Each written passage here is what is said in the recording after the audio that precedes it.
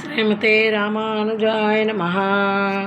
ఆండాళ్ తిరువడిగళే శరణం. ఈరోజు మనం ధనుర్మాస వ్రతంలో 27వ రోజుకు చేరుకున్నాం. ఇది చాలా విశేషమైన పాసురం. ఈ 27వ పాసురాన్ని కూడారాయి పాసురం అంటారు. ఇంతకు ముందు పాసురంలో గోపికలంతా తాము చేయబోతున్నటువంటి మార్గాళి వ్రతమునకు కావలసిన వస్తువుల్ని ఆ శ్రీకృష్ణ పరమాత్ముడికి విన్నవించుకున్నారు. వారు అడిగిన వస్తువులన్నీ కూడా పైకి చాలా సామాన్యమైనవిగా మామూలు వస్తువులుగా కనిపించినా వాళ్ళు అడిగిన గుణాలతో కూడిన వస్తువులు లభించడం అనేది చాలా కష్టం అన్నమాట. మనం చదువుకున్నాం కదా, ఆ శ్రీకృష్ణుడికి సంబంధించినటువంటి లక్ష్మీదేవిని అడిగారు, పాంచజన్యం లాంటి శంఖమును అడిగారు, అలాగే ఆదిశేషుడిని, గరుత్మంతుడిని, శంఖాన్ని, ఆళ్వార్లని పూర్తిగా శ్రీకృష్ణుడికి సంబంధించిన వస్తువులన్నింటినీ కూడా అడగటం జరిగింది. స్వామి భక్త సులభుడు కదా, సరే మీరు అడిగినవన్నీ మీకు కావలసినవన్నీ కూడా ఇచ్చి పంపిస్తాను అని స్వామి మాట ఇచ్చారన్నమాట. ఇక మాట ఇవ్వటమే కాకుండా ఆ స్వామి గోపికల్ని అడుగుతున్నారు, అయితే మీకు కావలసినవన్నీ సమకూరుస్తానని చెప్పాను కదా, ఇక మీ వ్రతానికి ఫలితం ఏమిటో నాకు చెప్పండి అని అడుగుతున్నారట. అప్పుడు ఈ గోపికలందరూ ఈ విధంగా చెప్తున్నారు, స్వామి ఇప్పుడు మనందరం కలిసిపోయాం కదా, మనందరం ఒకటైపోయాం, ఈ అద్భుతమైన వ్రతాన్ని చేసుకోబోతున్నాం కాబట్టి ఈ ఆనంద సమయంలో మాకు కొన్ని కోరికలు ఉన్నాయి, మాకు కావలసిన వస్తువులు ఇంకా ఉన్నాయి, వాటిని మీకు చెప్తాం వినండి అంటూ ఈ పాసురంలో ఆ శ్రీకృష్ణ పరమాత్మునికి విన్నవించుకోబోతున్నారన్నమాట. ఈరోజు పాసురం చాలా ప్రత్యేకమైనటువంటి పాసురం అనుకున్నాం కదా, ఈరోజు ఒక పండగలాగా జరుపుకుంటారన్నమాట. దీనినే అక్కార్ అడిసిల్ గంగాళంలో ఉత్సవం, అక్కార్ అడిసిల్ అని కూడా అంటారు. అంటే ఈరోజు ఏం చేస్తారంటే ఆ దేవాలయంలో 108 గంగాళాలతో ఒక అద్భుతమైనటువంటి పరమాణాన్ని చేసి ఆ పెరుమాళ్లకు సమర్పించి దానిని భక్తులందరికీ కూడా ప్రసాదంగా పంచిపెడతారు. ఈ చక్కటి సాంప్రదాయాన్ని ఆరంభించిన వారు భగవత్ రామానుజుల వారు. దీనికి కూడా ఒక కారణం ఉంది.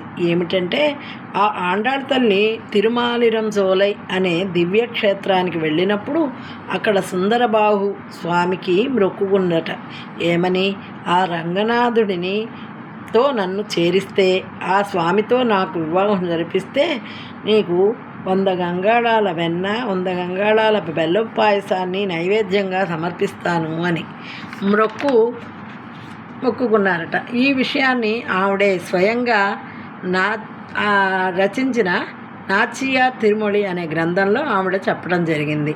ఆ తర్వాత అమ్మవారు రంగనాథునిలో లీనమైపోవడం, అవతారాన్ని చాలించడం జరిగిపోయింది.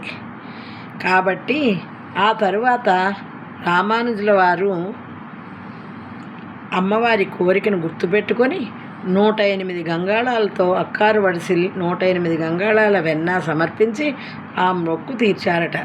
దానికే గంగాళ ఉత్సవం అని పిలుస్తారు. అందుకే ఆయన శ్రీవెల్లిపుత్తూరులో ఆండాళ్ తల్లి ఆలయానికి వెళ్ళినప్పుడు ఆ కోవెల్లో ఉన్నటువంటి ఆండాళమ్మవారి విగ్రహం 4 అడుగులు ముందుకు వచ్చి కోయిల్ అన్నా అని రామానుజుల వారిని అన్నా అంటూ పిలిచిందట. ఇప్పటికీ కూడా గమనిస్తే అక్కడ అమ్మవారి విగ్రహం 4 అడుగుల ముందుకు ఉంటుంది, వెనక స్వామి, అలాగే ఆమె తండ్రి అయినటువంటి గరుత్మంతుడి అవతారమైన పెరియాళ్వారి గారి విగ్రహాలు వెనక్కి ఉంటాయన్నమాట. ఇంత ప్రత్యేకమైనటువంటి పాసురంలో ఈరోజు మనం పాడుకోబోతున్నాం. கூடாரை வெல்லும் சீர் கோவிந்தா,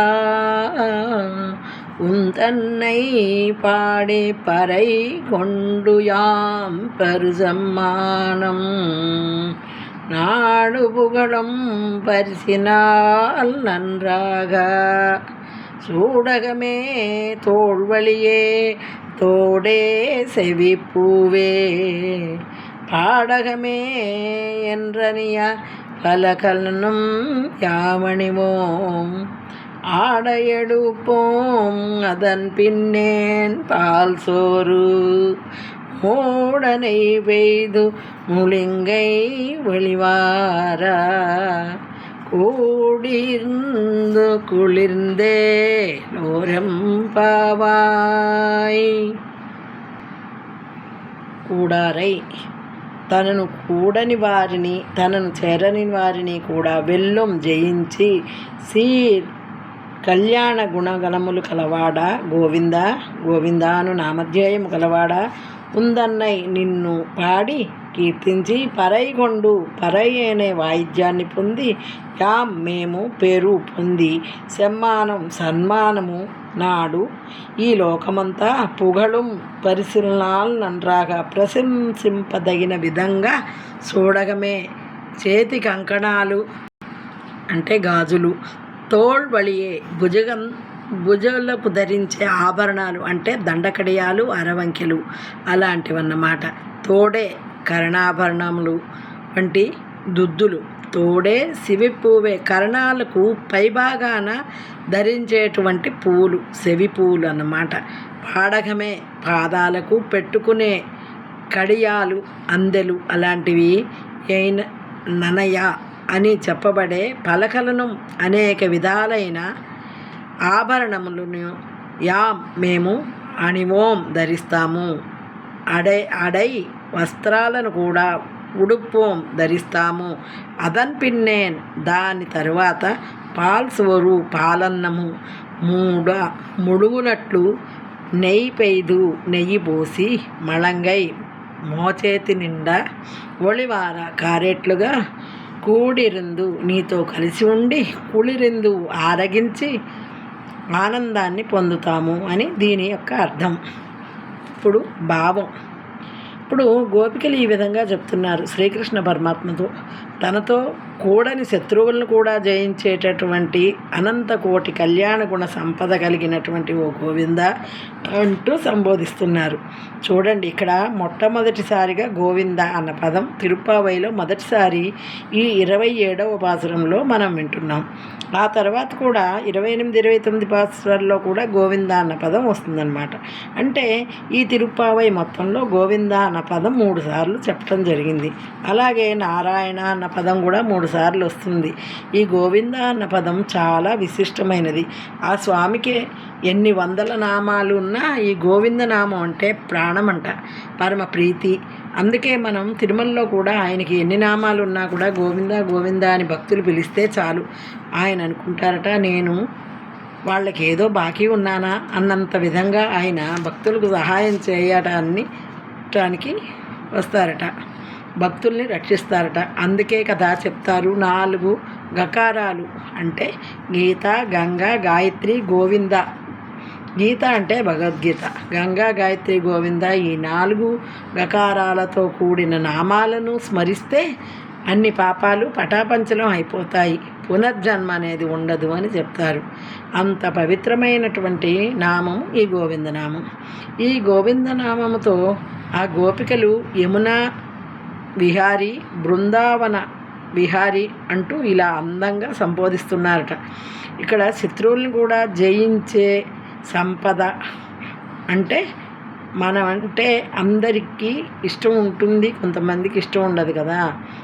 కొంతమంది బాగా మాట్లాడతారు, కొంతమంది మాట్లాడరు, తటస్థంగా ఉండి ఇలా రకరకాలుగా ఉంటారు కదా. అలా ఎటువంటి వారినైనా కూడా శత్రువుల బలంతో, ఉదాసీనులను అనుగ్రహంతో, అలాగే కావాలని కోరుకునే వారిని ప్రేమతో, ఇలా ప్రతి ఒక్కరిని తనను చేరిన వారిని చేరని వారిని కూడా సుఖంగా ఉన్నవారిని అందరినీ జయించి వశం చేసుకునే కళ్యాణ గుణాలు కలిగినటువంటి ఓ గోవింద, మేమందరం కూడా నీ గురించి పాడి నిన్ను కీర్తించి మా వ్రత సాధనమైనటువంటి పర అనే వాయిద్యాన్ని పొందాలనుకున్నాం. నువ్వేమో ఇస్తానన్నావు. ఇంతకంటే మాకు ఆనందం ఏముంది? ఈ ఆనందంలో నువ్వు మాకు ఘన సన్మానం చెయ్యాలి అని అడుగుతున్నారు. ఆ సన్మానం ఏ విధంగా ఉండాలట? ఈ లోకంలో ఎక్కడా కనీ విని ఎరుగని రీతిలో ఉండాలట. అందరూ ఆశ్చర్యపోయేట్లు ఉండాలి. అందరూ ఆహా ఏమి సన్మానము అని పొగిడే విధంగా ఉండాలట. అలాంటి ఘన సన్మానం చెయ్యాలి నువ్వు అని అడుగుతున్నారు. ఇంకా ఆ సన్మాన సమయంలో వీరికి ఏమేమి కావాలో చెప్తున్నారు చూడండి. చేతులకి గాజులు, భుజాలకి దండకడియాలు, చెవి క్రింది భాగంలో పెట్టుకునే దుద్దులు, పై భాగాన పెట్టుకునే కర్ణపూలు, కాలికి పెట్టుకునే అందెలు, ఇలా అనేకమైన ఆభరణాలని మేము ధరించాలి. అలాగే మంచి వస్త్రాలు కూడా ధరించాలి. ఆ ద్రౌపది గోవింద అని అలా కీర్తించగానే అపరిమితమైన ఒలువలు ఇచ్చి కాపాడావు కదా, మాకెందుకు ఇవ్వకుండా ఉంటావు అని అడుగుతున్నారు. వాళ్ళు కొన్ని నియమాలు పెట్టుకున్నారు కదా, పూలను పెట్టుకోము, కాటుకు పెట్టుకోము, నెయ్యిని తినము అని. అలాగా స్వామిని చేరుకునే వరకు కూడా వారికి వాటి మీదే ధ్యాస లేదు.